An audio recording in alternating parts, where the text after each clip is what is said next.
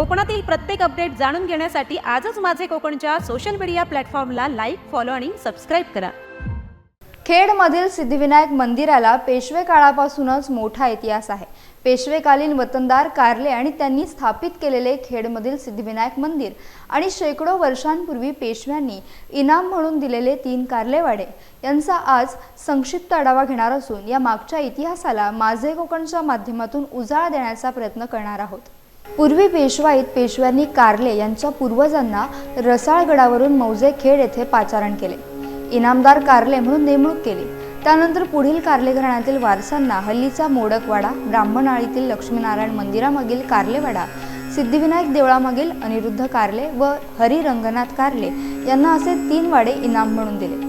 यापैकी एका वाड्यात राहणार रंगनाथ कारले आपल्या वाड्यात विश्रांती घेत असताना एक सद्गृहस्थ त्यांना भेटण्यासाठी दुपारच्या वेळी आले आणि त्यांनी सांगितलं की मी आजच गणपतीपुळ्याहून आलो आहे. हा पेढ्यांचा प्रसाद आणि नारळ आपणासाठी आणला आहे, त्यांचा स्वीकार करा.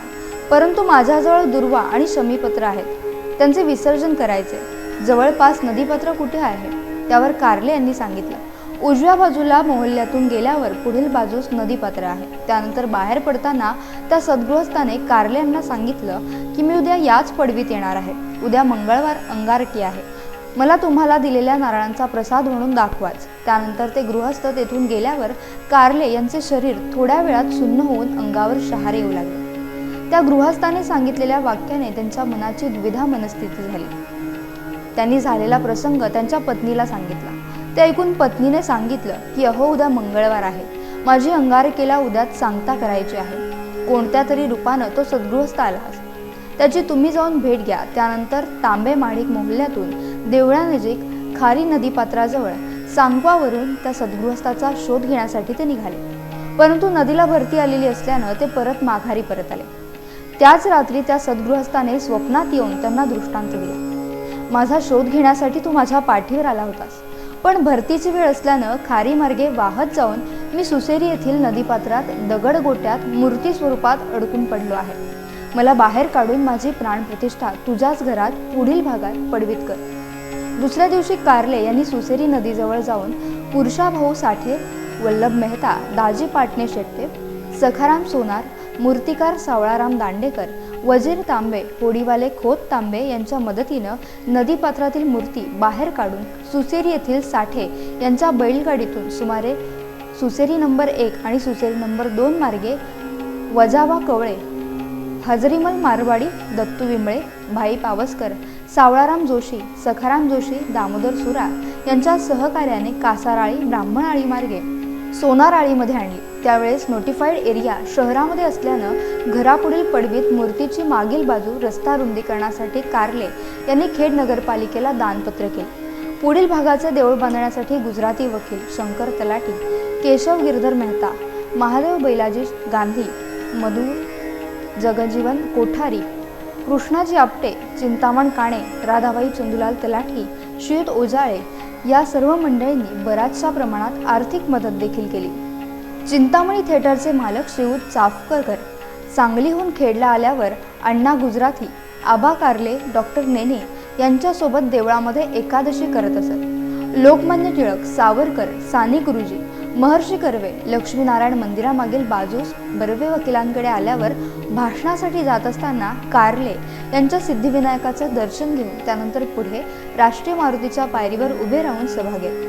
त्यात सिद्धिविनायकाचे दर्शन घेणारे खेड शहरात बरेचसे भाविक आहेत. त्यांना या सिद्धिविनायकाचे कृपाछत्र लाभले आहे. त्यापैकी काणे हॉटेलचे तात्या काणे, आपटे उपहारगृहवाले कृष्णाजी उर्फ अण्णा काणे पहाटे जाताना प्रणम्य शिरसाची दररोज 11 आवर्तने देवाच्या पायरीवर बसून म्हणत. त्यामध्ये द्वारकानाथ आप्पा गुजराती सामील होते. याच पायरीवर बसणारे काही तरुण वसंतराव काणे, भाऊ मिर्लेकर, चंद्रकांत आप्पा मिर्लेकर, सदानंद मिर्लेकर यांनी चिपळूणला जाऊन काहीतरी व्यवसाय धंदा करण्याचा मनोदय व्यक्त केला.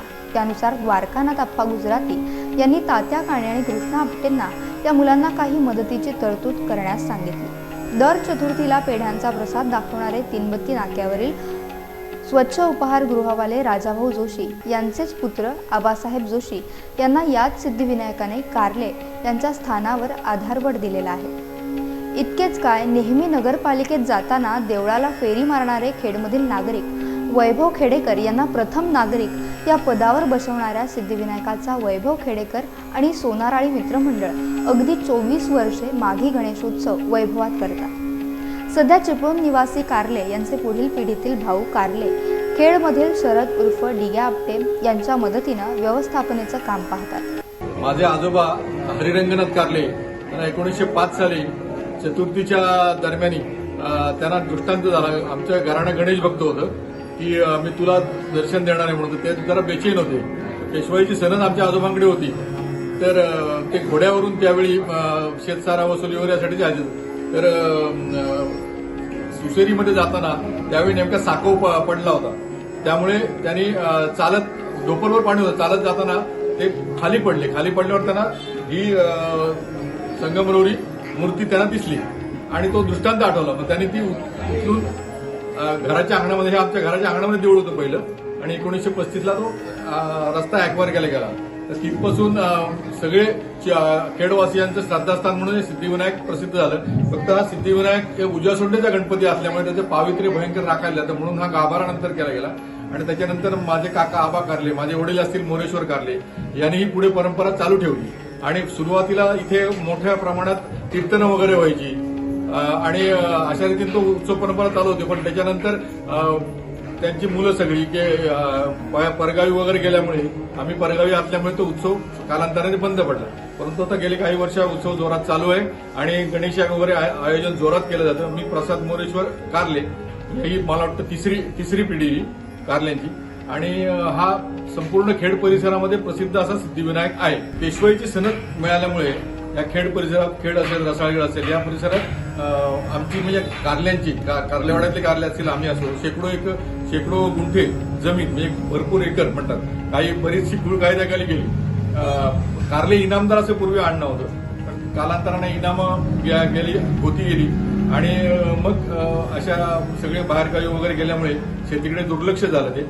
आणि मूळ खेडदेवी देवस्थानच्या बाबतीत सुद्धा जे पहिलं शेत आहे ते हरिरंगनाथ कारले म्हणून त्याच्यावर नाव, म्हणजे ते त्यावेळी तत्कालीन गुरुवांना ते आपण ह्याच्यासाठी द्यायचे ना, म्हणजे जेवणासाठी वगैरे काही सोय म्हणून, ते पहिले खेडदेवीचे मानकरी हे कारले आहे। आणि अशा रीतीने ही खोतीची परंपरा, पेशवाईची परंपरा चालू असून हा सिद्धिविनायक 1905 पासून स्थापन केलेला आहे आणि तो सर्वांना नवसाला पावणारा आहे। फक्त त्याचं जेवढं तुम्ही पावित्र्य राखाल त्याचे दुप्पट तो बळ देतो, म्हणजे जेवढं सोहळं राखून तुम्ही कराल त्याचं जास्तीत जास्त पलटो देतो।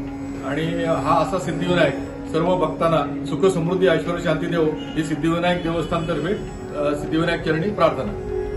पेशव्यांनी कारले यांना जागा जमिनीबरोबर 3 वाडे इनाम म्हणून दिले। पेशवे काळातील हे वाडे आजही कारलेंच्या इतिहासाचे साक्षीदार म्हणून उभे आहेत। कसा आहे वाडा आणि आता काय परिस्थिती आहे याचा माझे कोकणचा हा संक्षिप्त आढावा, आणि याची माहिती दिली आहे कारले यांचे वंशज भरत कारले यांनी।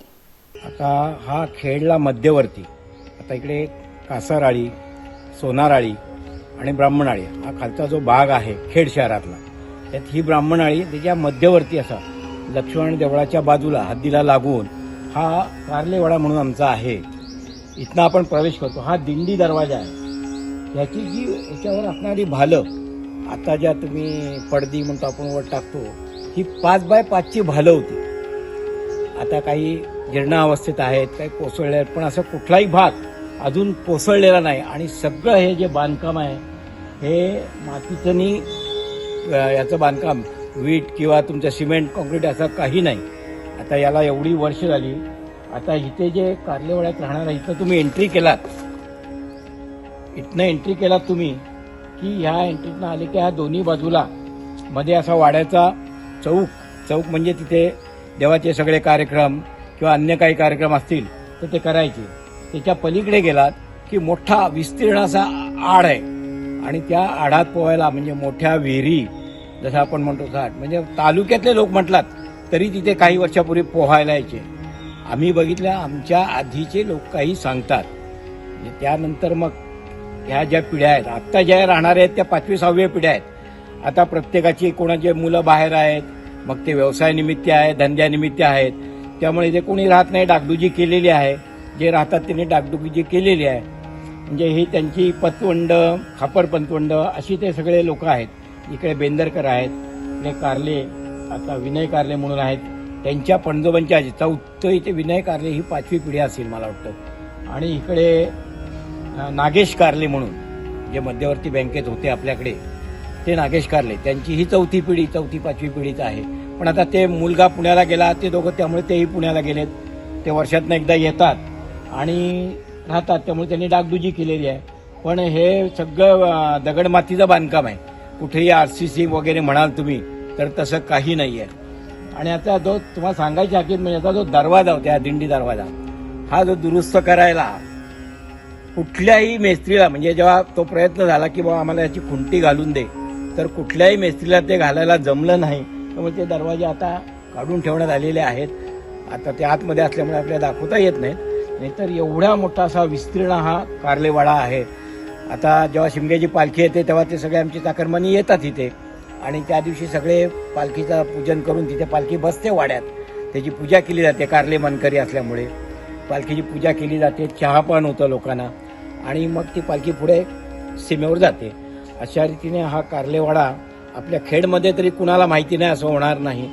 असा हा पिढ्यानपिढ्या वारसा जपलेला आहे. त्यांची नातवंड जपतायत. आता तो धंदे व्यवसायानिमित्त बाहेर असल्यामुळे हा काही जीर्ण झालेला आपल्याला आढळतो. पेशव्यांनी आता कारल्यांना इनाम म्हणजे नांदगाव, आपल्याला माहिती असेल, आपल्या खाडीपट्ट्याकडे जाताना नांदगाव हा गाव कारल्या, तिथपासून सगळा महसूल गोळा करायचा पेशव्यांचा. म्हणजे तेव्हाच्या काळात त्या महसुलाची काय कल्पना होत्या किंवा काय, तो घेतला आणि त्यातला काही भाग हा कारल्यांना असायचा. आज जे खेडजाई देवीचे मानकरी आपण म्हणतो कारले आम्ही, त्यामुळे ते मानकरी ते सुद्धा आपल्याला पेशव्यातर्फेच आलेला आहे. म्हणजे हा काही वर्षापूर्वीचा आहे. आमचं खेडजाई देऊळ आहे. त्या खेडजाई देवळाला छत्रपतींचे पाय लागलेले आहेत. म्हणजे त्यावेळी ते कसं नुसती मूर्ती असेल किंवा कसं, अशा आख्यायिका आहे या सगळ्या कारल्यांची. त्या कारल्यांना हा तो महसूल म्हणून तर पूर्वी जे काही हे असायचे महाजन महसूल, त्यांना वेगवेगळी आडनावं दिलेली असायची. त्यामुळे आम्ही कारले इनामदार.